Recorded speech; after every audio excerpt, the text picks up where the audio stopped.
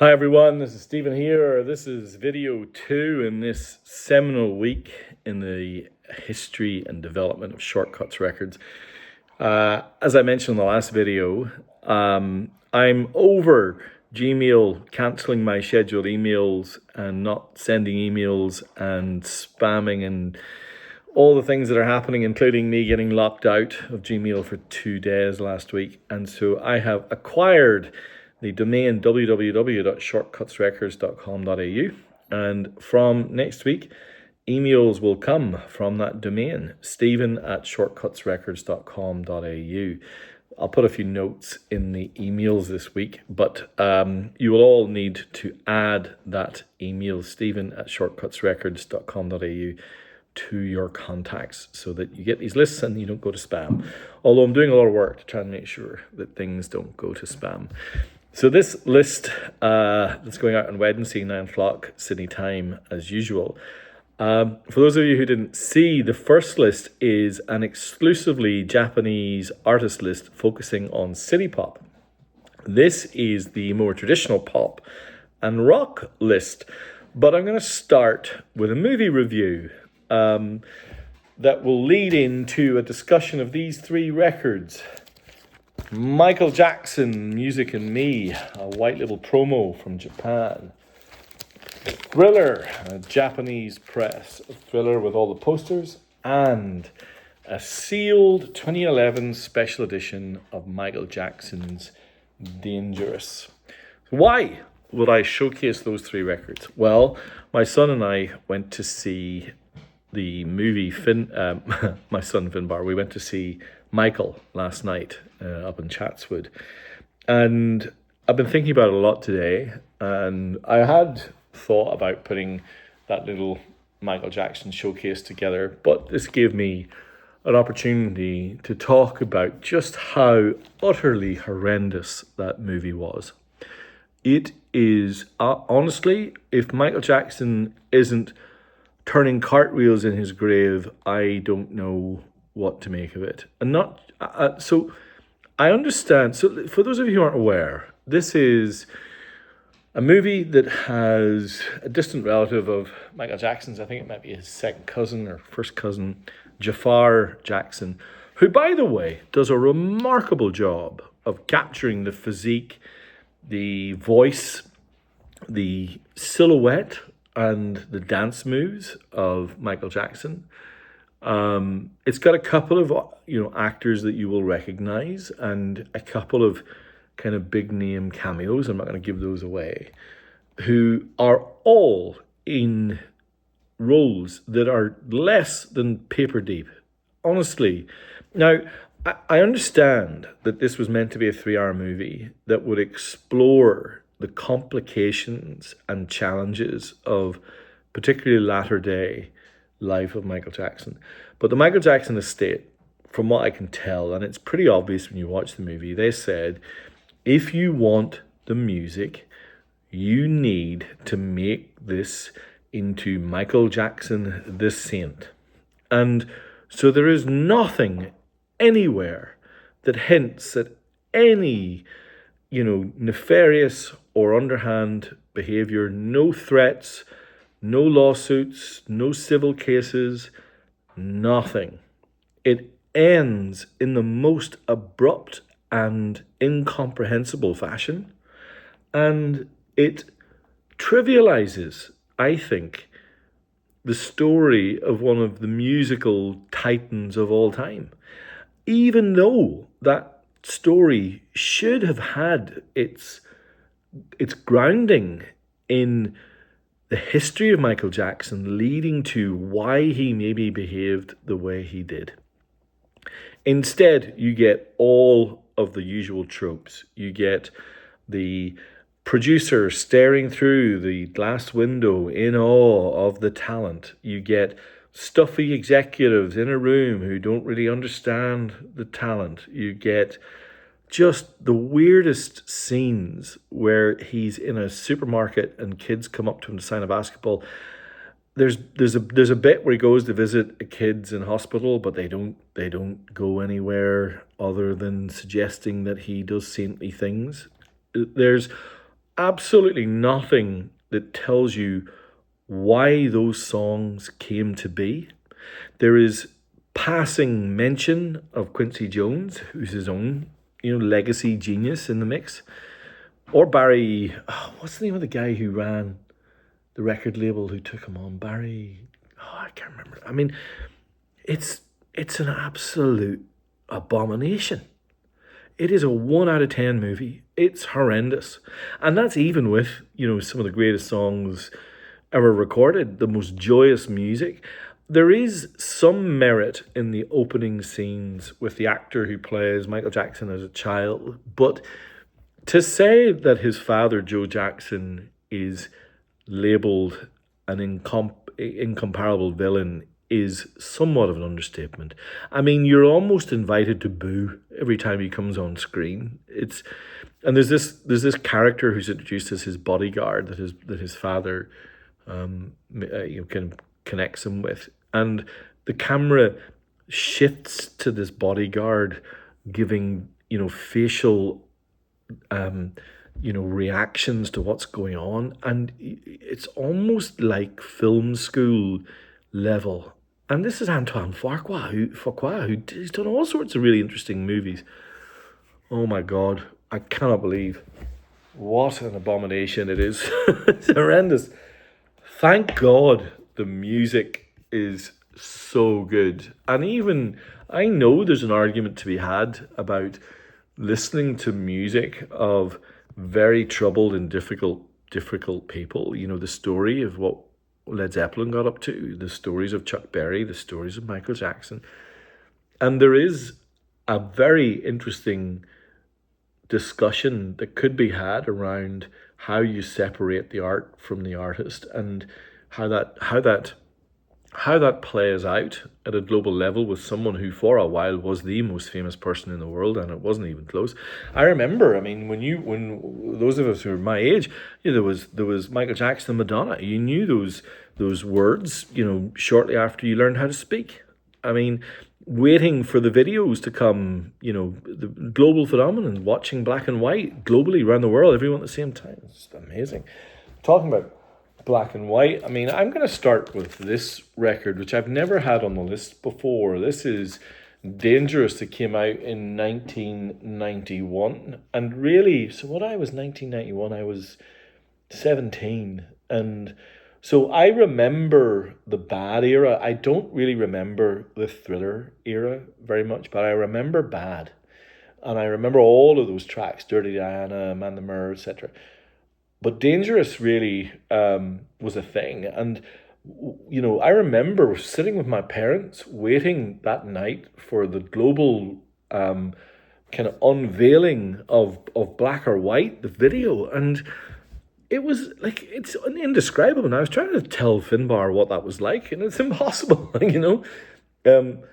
I obviously, this record is not in the same league, I think, as Off the Wall in particular, which I think is his high watermark. I like Thriller very much. I'm not such a big fan of Bad.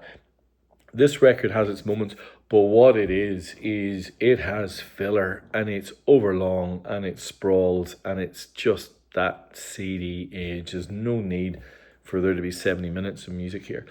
In saying that, I think it's better now in hindsight than I think maybe it was at the time, and it has that kind of jack swing punch. It's very dense in places. It's got harder edged drums than he had before. It's got obviously big emotional crescendos, and you might think to yourself, well, those emotional crescendos are a bit weird. I mean, the singles, Remember the Time, I get that, but really, Heal the World, oh, things got problematic there. The production qualities are still astounding, and this version is lauded online, and good luck finding a sealed copy. Thriller, we've spoken about many times. By far and away, the most popular record in the history of this club. More people have grabbed this than any other record. Overtook the best of Otis Redding and has left it far behind. Comes with beautiful Obi. This is one of the records that I use to kind of just show off how vinyl sounds compared to what people might remember. Listen to Billie Jean, listen to Beat It, you can't go wrong. And, it still has those deeply strange posters. I'm going to show them yet again, just because, what is that all about? Why is there a tiger cub on his knee? You explain that to me. That should have been dealt with in the movie. And there's these posters. And then there are these animations that he drew himself that are kind of phallic and weird. As I said, intensely flawed but interesting character who had no childhood, that was obvious, and had a bunch of kind of abused people. Becoming the abuser is a thing, but wow. And then this is obviously the first time I've ever had this. Michael Jackson's third solo album, whilst he was still in the Jackson 5, and his father was effectively saying to him, sure, you can do solo records, but you got to do that on your own time, because 9 to 5, you are a Jackson 5. And so he did his own thing. And, James Carmichael was the producer on this one. And I listened to the first side. It's very summery, upbeat pop. His voice is a little bit kind of, you get the sense that it's the mix between Michael Jackson the child and Michael Jackson the adolescent. You can hear that. He's not so much the kid in the group anymore. You can kind of hear, and maybe if he'd been allowed to grow up somehow and not held in that weird kind of almost prison by his father, then maybe things would have been different for him. But I thought, as a little section, Music and Me, Thriller, Dangerous, that I thought that would be interesting. If anyone else watched the Michael Jackson movie, I'd be very curious as to what you all made of it. The other link that I made, and again, this is just me being just, my brain just always going off in directions. It's been quite a long time since I've had Abbey Road and the Japanese press of Abbey Road. And so I wrote to Shinjuku and I said, can you please give me 4, which is awesome because it's an incredible record. I got the record fair coming up. For those of you who've been here, I love playing the Japanese version of Come Together, for example. It just sounds incredible. And, as some of you might remember, MJ ended up buying the Beatles estate at one point or something, and the rights to the records. I also have this with Obi, an absolutely killer, cracking version of the White Album, complete with poster, and I think there's all sorts in here, but that's a beautiful thing. I love my Japanese version of the White Album. So for those of you who aren't aware, this is known as the Flag Series, 1976. I think dollar for dollar, pound for pound, the best sounding Beatles versions for your money that you can get. And the White Album, let's discuss the White Album for a second, because there is a view out there like Dangerous, like Sign of the Times with Prince, Dangerous, Michael Jackson, Sign of the Times, Prince, like London Calling, The Clash, like Rattle and Hum, U2, like the White Album, The Beatles, that eventually bands reach a point where their hubris kind of outgrows their talent, and they think, everything I do is amazing. I need to make a double album. I need to make a triple album. And often that kind of falls apart, but sometimes it transcends. Think of Electric Ladyland. Think of London Calling, for example. Other times, not so much. Rattle and Hum has some,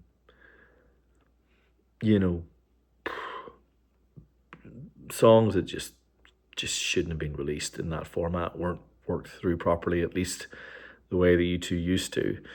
I've already mentioned there, I think there's significant filler on that Michael Jackson Dangerous album. I think there's a lot of filler even on Sign of the Times by the Prince. But something about the White Album by the Beatles, there's something about its sprawling craziness that somehow allows it to get away with it, just. Revolution 9, I think collages are a problem. One of my favorite double albums is Intago Mago by Can, and it has a collage on side 3, which I never listened to. So, yes, I get it. But I think maybe even that is enough of a signal about where they were and what they were doing that it kind of gets away with it. So therefore, it's an album that transcends the, let's call it, challenges of the double album. Now, I have a whole bunch of rock and pop classics that I'm just going to quickly swing by now, because the rest of this list is just Japanese presses of amazing records. And so, hopefully some of these will catch your eye. I mentioned a while back that there were a few Tom Petty records coming through the mix. There was one last week that nobody wanted, but there's 2 more this week. Maybe someone wants this. This is Hard Promises by Tom Petty. Let me just get this. 1981. What's on this one? The Waiting, of course. What a track that is. So, produced by Tom Petty and Jimmy Iovine. Look, I think these first 5 or 6 Tom Petty albums are all great. This one is from 1978. You're going to get it. Another early kind of Tom Petty and the Heartbreakers blueprint. When the time comes, you're going to get it. Hurt. I Need to Know. They're all great. The thing about these Tom Petty records, the Japanese presses just sound so good. They sound almost like they're, mo-fi quality.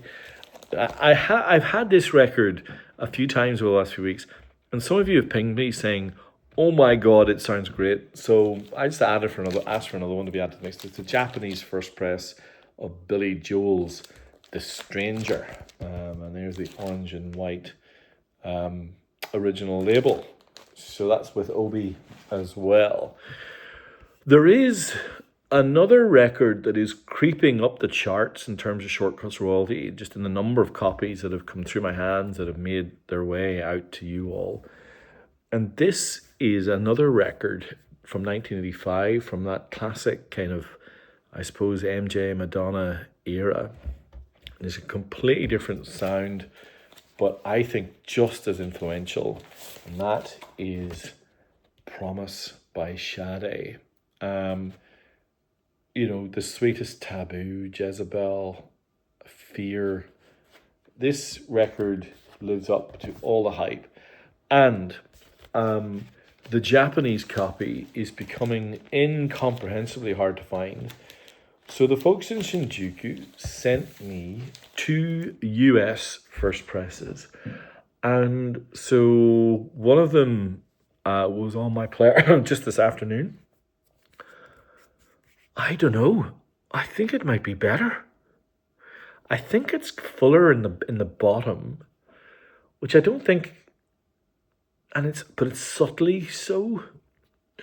I think the Japanese is definitely got more ring and clarity in the drums, but I don't know. It's pretty awesome. It's on a label I don't know, the Portrait label, but I was really impressed by it.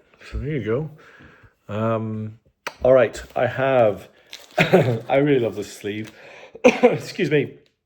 Made in the Shade by the Rolling Stones, complete with Obi. So this is a compilation of the greatest tracks in that kind of early to mid 70s era. So Brown Sugar, Dance Little Sister, Wild Honey, Bitch, It's Only Rock and Roll, Rip This Joint. And I think personally, their best ever sleeve. A really cool compilation. I like that one. All right, now I have 3 of the best from a band that had been absent from my list for a long time, made their way back on recently, and have been super popular. I've got amazing feedback. I've got the Japanese press of Burn by Deep Purple. probably the hero of this, the first press of Machine Head, and this is with the hard cardboard gatefold that suits this kind of monolithic record. And does it have, I can't remember whether this one had like a poster thing. Maybe it did it. Oh, maybe it did. What's this? Yeah, it did. Yes, I remember right. And it's got the poster as well. A lyrics poster. So that's nice. And then I've got one of their live albums. This is one of their live albums that I don't remember having before. I'd have to go back through the archives. But it is this one. Deep Purple, made in Europe. And this has got Richie Blackmore, David Coverdale, Glenn Hughes, John Lord in Pace. And this, the tracks on this: Burn, Mistreated, Lady Double Decker, You Feel No One, Stormbringer. So going back to some of the early Purple with David Coverdale in Europe. They also chucked in something I have never had before, the 1988 special edition repress in Japan of Led Zeppelin 1. And when I say this is in immaculate condition, I mean it. Of course, with the lyric sheet. I haven't played this one, but I might give it a spin tomorrow when I'm working and put a little mini review of this one in the documentation on Wednesday. So keep your eye out for that. I'm quite intrigued. Led Zeppelin 1. I've got the Japanese first press on Columbia of Slow Train Coming by Bob Dylan. That's 1979. I want to say 1979, but it's like his 19th or 20th album. And I think one of his most intriguing, and I think one of the ones that's probably aged well. And there's the little inner. So keyboards, drums, Pick Withers, guitars, Mark Knopfler, horns, the Muscle Shoals horns. This record's got something to it. All right, I have a couple of Neil Young first presses here. I've got Neil Young's first press of Crazy Horse, with Crazy Horse of Everybody Knows This Is Nowhere, hard cardboard, gatefold, fantastic record.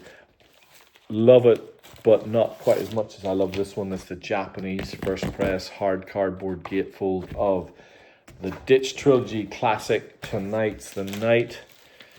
I also have a little something that was on a list about a year ago, and it snapped up immediately, and I've had my eye on another one, and it is so far the compilation of the best of Crosby, Stills, Nash and Young. So Helplessly Open, Wooden Ships, what a song, Teach Your Children, Ohio, Woodstock, Our House, Helpless, Genevieve, and the Judy Blue Eyes Suite. It is an amazing compilation. Love it. And the cover art, of course, by Miss Joni Mitchell. I've been on a Daryl Hall and John Oates trip for all sorts of reasons. And those of you out there who watch this video, you know who you are, Mark. You know who you are, Tim. This is Private Eyes with the obi integrated into the sleeve. Japanese first press. One of the standout pop records of the 80s, maybe even of all time. Obviously, it's got Private Eyes in it. I Can't Go For That. Oh, what a track. Anyway, you know who you are. If you're a Hall & Oates fan, you know who you are. You're speaking to a brethren member. I also have the Japanese first press of the Dire Straits debut album, Sultans of Swing, of course, Down by the Waterhole. All that good business. That's a wonderful Japanese first press. And then finally, since we got to the end, I had to have something beginning with Z. And we have this. We have Waka Janaka by Mr. Frank Zappa. What year did this come out? God knows.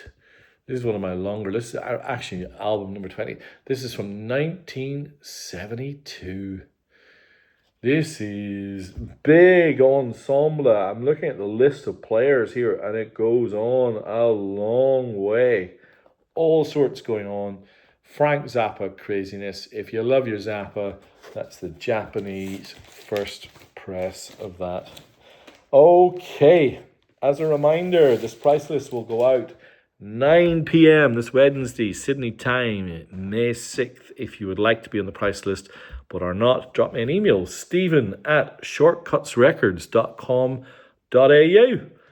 Thank you so much. Hope you enjoyed that. Bye.